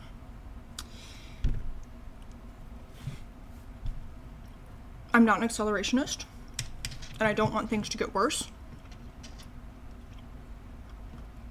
because I think that we have reached a point. Can we at least get a great, at least? Yes. Can we get a great contentment? Can we get a great, okay, I'll take it, I guess? No, I don't think that we will be, okay, maybe we will be getting a great, okay, I guess I'll take it at least, right? Yeah, the Democratic strategy was to let the tariffs fuck over people so then we could get FDR. Yeah, we don't have an FDR. We don't have an FDR. Stop. Guys, you're making Laura Luber stop. I can't. Okay, you know what? We've reached. This happens every stream. It took a really long time this stream, but every single stream there reaches a point where I can no longer look at chat because you guys are making me laugh and I'm trying to talk about some serious shit. Okay? So I need you guys to stop, please. Is the link in the top right corner dead? I do not know what that means. Anyway, I don't think we're not getting an FDR. Okay? We had Bernie, and we all see how that turned out. Now, is Bernie still more awake and alive and competent than either Trump or Biden put together? Yes, he is. But Bernie's getting old, guys. And Bernie will never be our president. Right? We're not getting an FDR this time. So, I don't want things to get worse and worse and worse, because I don't think that we're getting a savior. I don't think that we learn from this and that we take a practical approach to things and we let it get really, really, really, really, really bad, and then we say, whoa, whoa, whoa, whoa, whoa, pump the brakes. Let's stop. Let's vote for something better, because I think that we have reached a point. I believe that we've crossed the Rubicon.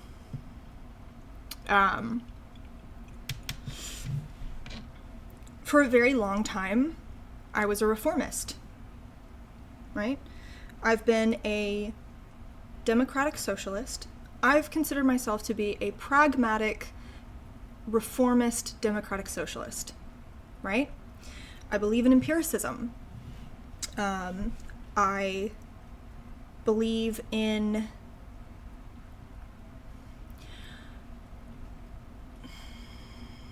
I believe in doing things the right way. I believed in the power of the people. I no longer feel that I believe in these things. Certainly not to the degree that I did.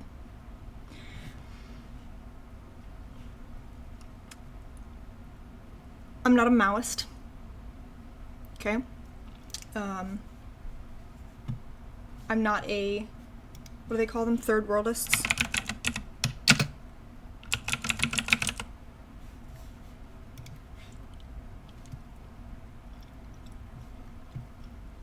There's a group of people that believe that revolution can only happen in the third world. I think that's the term they used. I would go with the global south, or with, underdeveloped countries, developing countries. There's a group of people that believe that revolution can only happen, that it can't happen inside of the first world.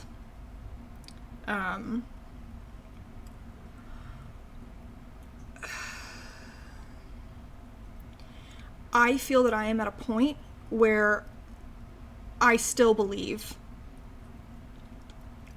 that revolution is not possible in the first world. Unfortunately. And I know a lot of people make a lot of arguments about, there's a lot of arguments that people can make about that. We don't need to get into them today. I do not believe that revolution is possible in America. We live in the most advanced surveillance state that the world has ever seen. We live in a time and a place where the military has more technology, more money, and more weapons than you can even imagine. This is in conjunction with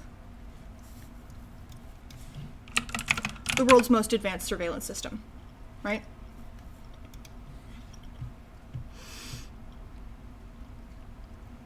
So, I also believe that right-wing militias are allowed to...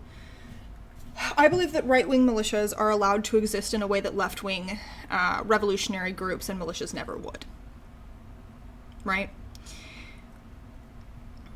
So, I have reached a point where I'm not a revolutionary, right?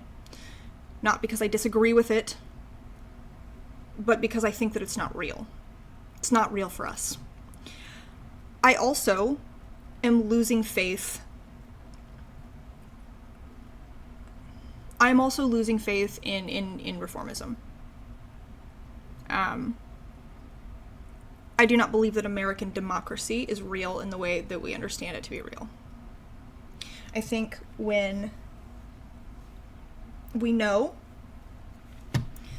what we just talked about with the Koch networks, when we know that we are very much enmeshed in a class war, when we know that everything is bought and paid for,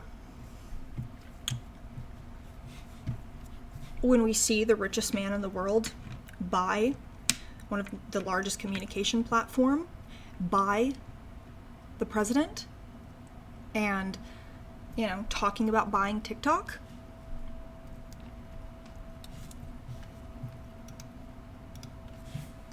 What is he doing? Didn't he cut off? Didn't Elon Musk cut off funding? Hold on. Or delayed payments? Look at this.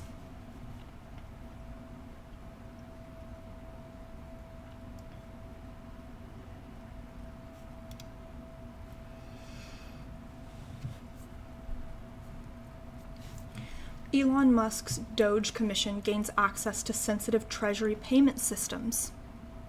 This was yesterday. This is yesterday.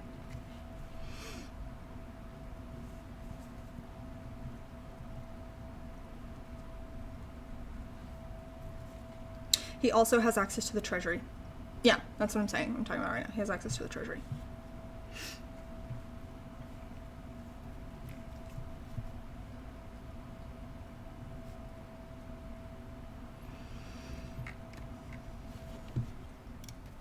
We do not live in a democracy. We don't live in a place like Russia or China, right? We don't live in a place like North Korea, but we don't live in a democracy. I mean it when I say we are entering into a new Gilded Age. We live in an oligarchy now. So, no. I am losing a lot of faith in reformism. Let me show you guys something. And because I am losing a lot of faith in reformism, and because I think there is no FDR coming to save us, I am not an accelerationist. Because I don't think that we're going to hit that point where things are bad enough that we, hold on, let's change everything now. No. Because I don't think it matters. I don't think we have the ability to do that. I think if things get worse, they're just going to get worse, and they're just going to keep getting worse and worse and worse and worse. I don't want the economy to crash, right? I don't want our country to be completely and totally stripped and robbed of everything and in shambles. Let me show you guys something.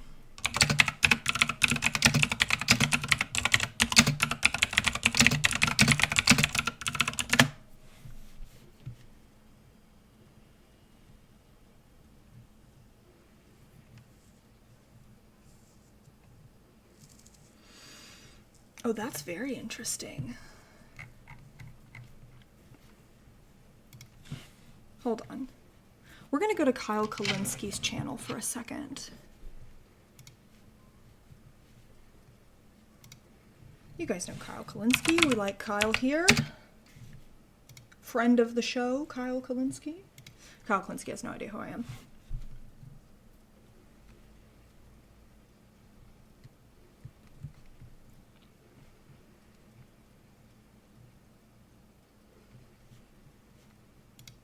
All right, guys, so Greg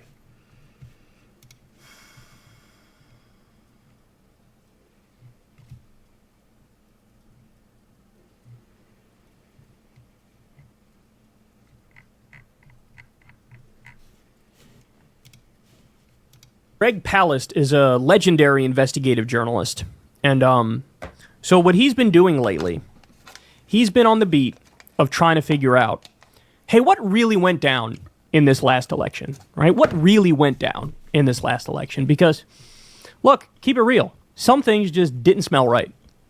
I mean, I don't know what you guys think of it, but I'll tell you straight up, of Trump's 3 campaigns, 2016, 2020, and 2024, in my estimation, the 2024 campaign was the single worst of all of them. I mean, we're talking about he mimicked fellatio on a microphone on stage a couple days before the election. You remember that? He lied about, they're eating the cats, they're eating the dogs, they're eating the pets. He was threatening to deport legal immigrants. He made some joke about like physically assaulting and fighting Kamala Harris. He was talking about Arnold Palmer's cock. Okay, I found what I needed to find. So what Kyle is talking about in this segment is this report that came out about a week ago from Greg Palast. And if you don't know, he works with Tom Hartman.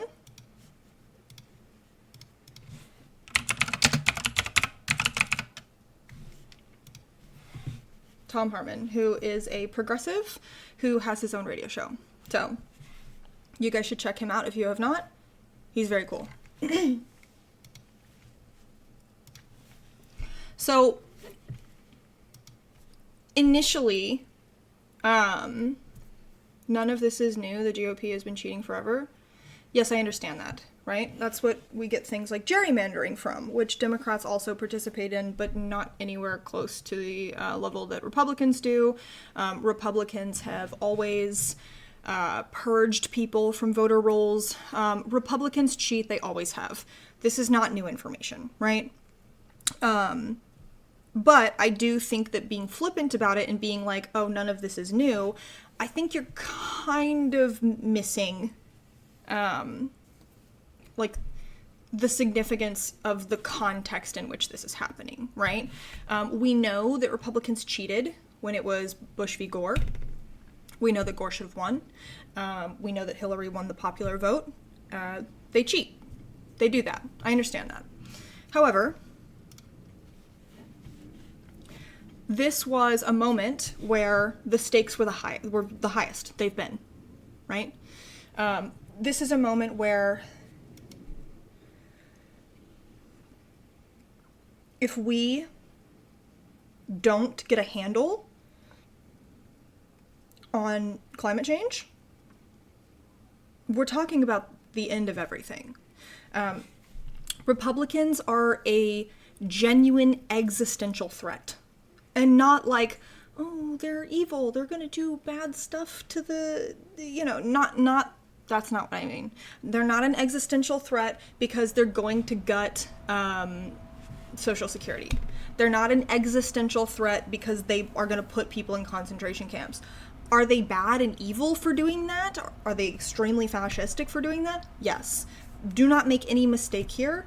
They are an existential threat because we know what's coming. We've known for decades. ExxonMobil knew what was coming in the 70s. They did nothing about it. We know now that we are standing at the precipice.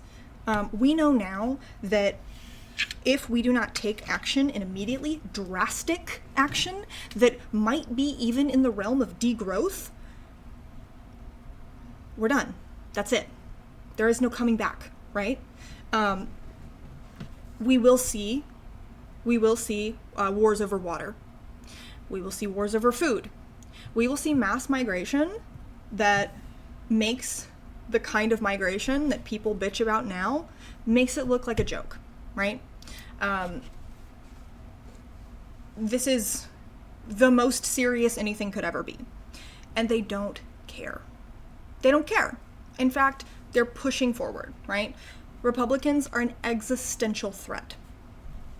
So the fact that in this moment, when everybody really needed more than anything for them not to be in charge, the fact that they cheated and purged well over 300 people from the voter rolls in swing states where Kamala Harris would have gotten 286 electoral votes, yeah, that's bad. That's bad in a way that, like, them gerrymandering the state of Oklahoma is not. Obviously, that is still bad. But what I'm saying is, like, we're talking about different levels here. We're talking about different leagues of bad. So, Greg Palast puts out this report.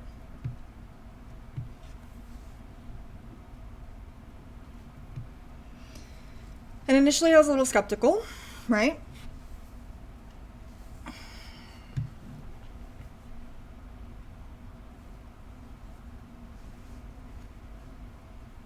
So this is actually something, this is really interesting because this is something that John Oliver covered. John Oliver talked about how they were going to be purging people from the voter rolls and how they were going to cheat to win. So he says, if you're expecting a sexy story about Elon Musk messing with vote counting software from outer space, sorry, you're not going to get that here. As in Bush v. Gore in 2000 and in too many other miscarriages of democracy, this election was determined by good old vote suppression, the polite term we use for shafting people of color out of their ballot. We used to call it Jim Crow. Here are key numbers. 4,776,706 voters were wrongly purged from voter rolls, according to U.S. Elections Assistance Commission data. So let's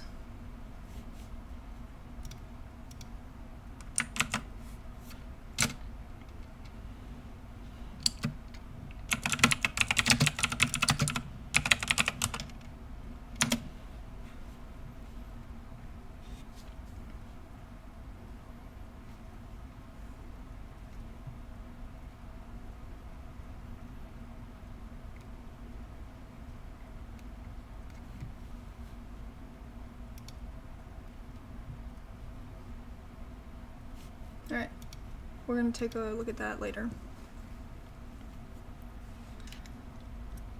By August of 2024, for the first time since 1946, self-proclaimed vigilante voter fraud hunters challenged the rights of 317,886 voters.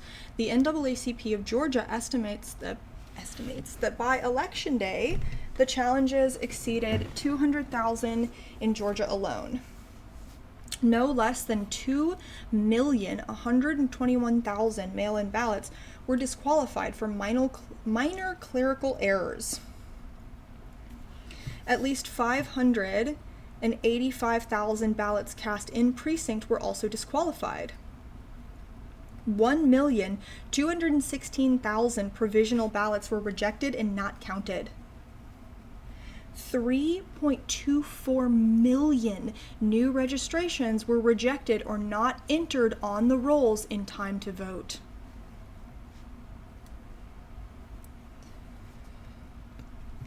If the purges, challenges, and ballot rejections were random, it wouldn't matter. It's anything but random. For example, hello, Bolshevik Y2K. We are talking about voter registration purges, voter roll purges. They're anything but random. For example, an audit by the state of Washington found that a black voter was 400 times more likely than a white voter to have their mail-in ballot rejected. Rejection of black in-person votes, according to a U.S. Civil Rights Commission study in Florida, ran 14.3, or 1 in 7 ballots cast. There are also the unaccountable effects of the explosive growth of voter intimidation tactics, including the bomb threats that closed 31 polling stations in Atlanta on election day.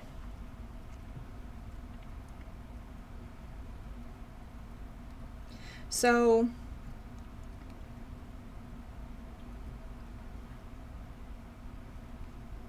I want to look into this, but so we'll look up the U.S. Elections Assistance Commission data, and we're gonna look this up too, but we're gonna do it next stream because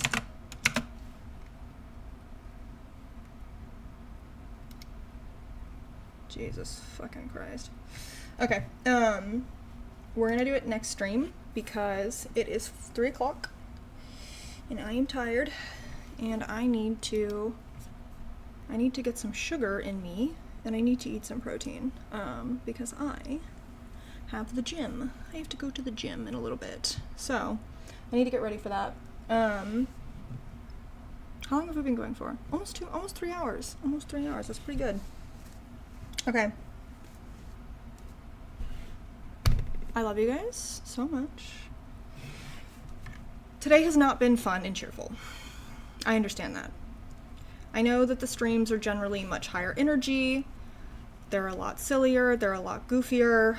I know that we've said a lot of depressing things today. I know.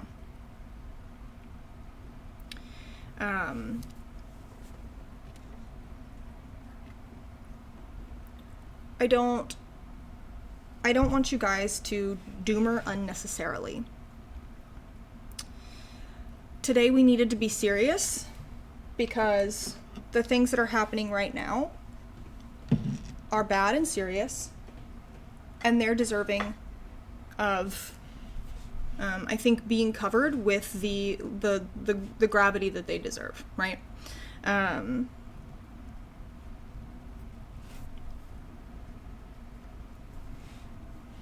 I am somewhat skeptical of this being the main decider. Most elections were lost across the world due to inflation. Yes, this is true. Most incumbents around the globe lost their elections. Inflation was a very, very, very big, it was a very large factor. That doesn't mean that this is not true, right? So that's why we're going to look into this. I would love to get my hands on that actual election assistance commission data. So I have not given you guys the warm fuzzies today. The tastiest donut. Let me look. Let's see. No, today, tomorrow I have a doctor's appointment, and then I'm getting my nose pierced, and I'm gonna have to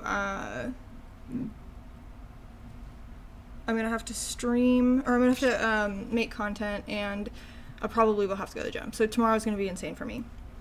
So not tomorrow.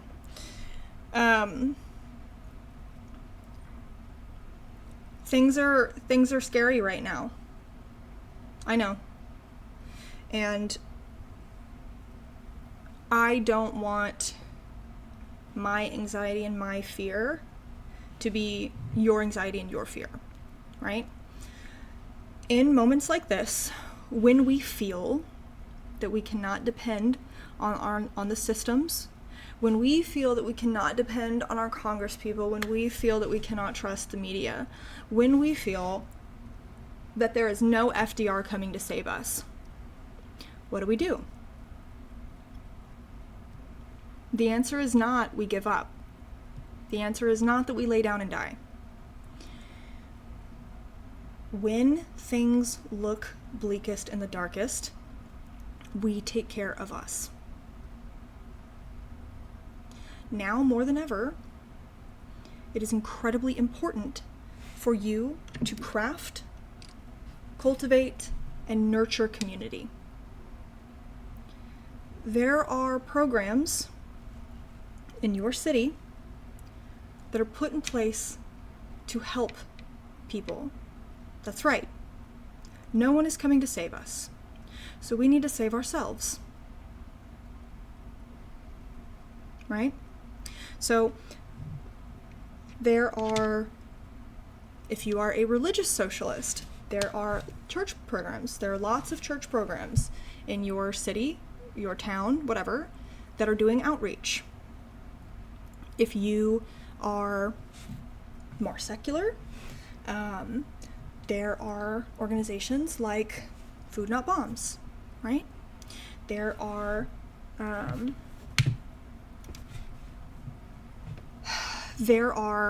leftist parties that you can join. I don't trust CPUSA. I think that that's probably like 60% feds, right? But there's the DSA, right? I know a lot of people don't love DSA. Right now, beggars can't really be choosers, right? There's the SRA, that is the Socialist Rifle Association. Now you're telling me, Merrick, I don't have a gun, I shouldn't have a gun, I don't have any interest in firearms. That's okay. You will meet other leftists, other socialists. You don't have to be big on guns. You don't have to go to the range. You don't have to go shooting. It's like $5 a month to be a member, okay? Your dues are like $5 a month. It's the same with the DSA. It's like $5. It's to network, right?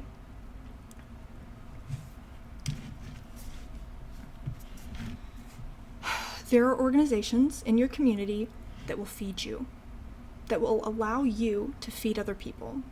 There are organizations in your community that will help you get clothing. There are, let's see, Austin Tenant. There's something in my city called the Austin Tenants Council. What they do is they advocate for renters' rights. There's stuff like that in your city too. It doesn't just have to be a leftist organization or a socialist organization, right? There's stuff like this. There's liberal organizations that can be put in place to help you, okay?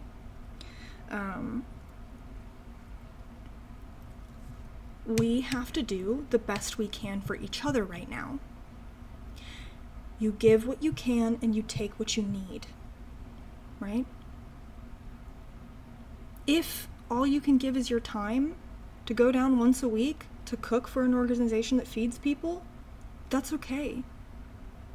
If what you need is to go to a local kitchen, a local pantry, to get food, that's okay. There are resources around you. There are people that want to help you. There are places where you can help. You don't need money. You don't need money. You can coordinate food drops. You can cook. You can organize. Like literally organizing like shipments of food and stuff like that. I'm not just vaguely saying organize, right? You can go to protests. I'm not the biggest believer in protests being super fucking effective. I do think that protests are also a good place to network. And I do think that protests can potentially, you can learn a lot about like local lefty organizations at protests, right? And there's power in morale, and there's power in building morale, right? Because this is why I'm saying this to you guys right now, right? Instead of just leaving you with like, hey, I'm tired, I need to go get ready. There's power in optimism, there's power in morale, and part of building community is part of building community is like building each other up emotionally, mentally too, right? You can't help anybody if you're scared and you're burnt out. You can't help anybody if you're doomering.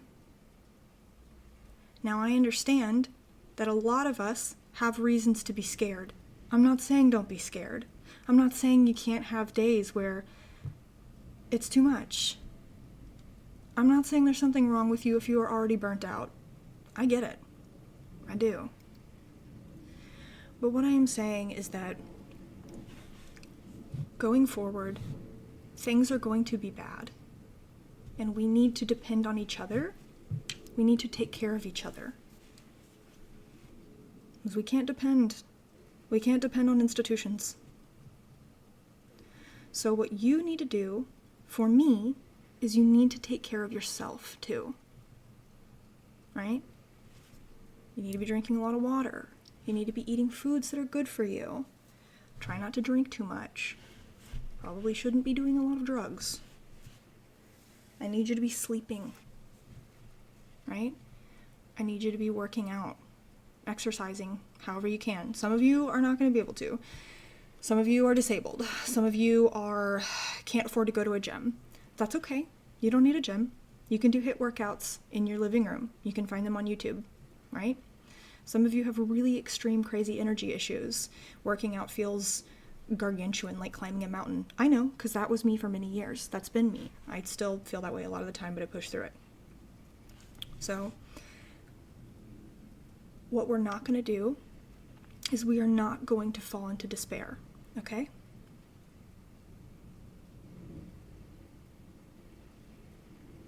Okay? We're going to take care of ourselves. We're going to write in our journals. We're going to read books. We're going to put our phones down sometimes, okay? If we've been doom scrolling for an hour, we're going to stop. I need you to be getting sunlight. I need you to go outside sometimes. You need this vitamin D. It's very good for you, okay? It helps to regulate your mood. Okay, well, listen, I get it if you love drugs. They're not that great for you. And frankly, we need to be budgeting right now.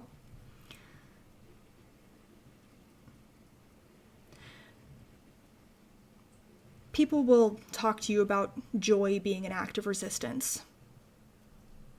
People also will say that joy is not an act of resistance when you are white and you are privileged. I don't know. I don't know it's true. But I do know that I need you to be happy and healthy and okay. Okay? I need you to do that. If not for you, which you should be doing it for you, I need you to do it for me. I need you to do it for your friends. I need you to do it for your family, for the people that you care about. Right? It's going to be rough, but we are not going to despair. Okay? And if you guys need help, you can reach out to me. You can ask for help. Hey, I don't know where I should start finding resources in my city. Okay, you can send me a DM. I am not really checking Twitter. I'm checking my Instagram. Okay? You can send me a message on Instagram. I miss drugs, going through a divorce. Hopefully very soon I will be going through a divorce too. I'm very sorry that that's happening to you. I know that yours is probably not very fun. God, I need to be free of this man though. I'm not really checking Blue Sky very often either. So if you have to message me, does anyone have a fun divorce? I think mine will be really fun. I'm gonna have a divorce party. My separation was shitty, but my divorce is gonna be, ooh, fantastic. Me and my friends are literally planning a divorce party for when it happens. I know. I can't wait to be someone's bitch ex-wife. I'm actually very much looking forward to it. I think it's very chic, actually. Anyway, and you know what's funny is that my husband will be well into his 40s, and I will be his younger, estranged, glamorous bimbo bitch ex-wife, and I am so fucking excited for that. But anyway, I'm gonna be strong, and you are gonna be strong, okay? And it's okay if sometimes you don't feel like you are. That's when you rely on the people around you. That's why community is so important, okay? Oh, I do have multiple giant fur coats. We're not gonna despair. We are not gonna let fear and doomerism win. We're gonna hold each other up, and we're gonna hold each other accountable, and we are going to save us. Okay?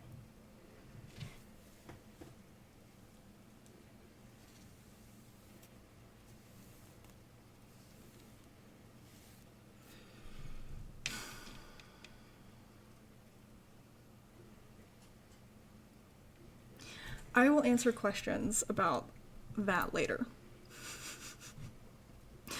We do not need to talk about my extremely glamorous divorce right now. So, you guys are gonna have a good day for me today, okay? You guys are gonna have a good day. Alright. Hopefully I will see you guys soon. Bye.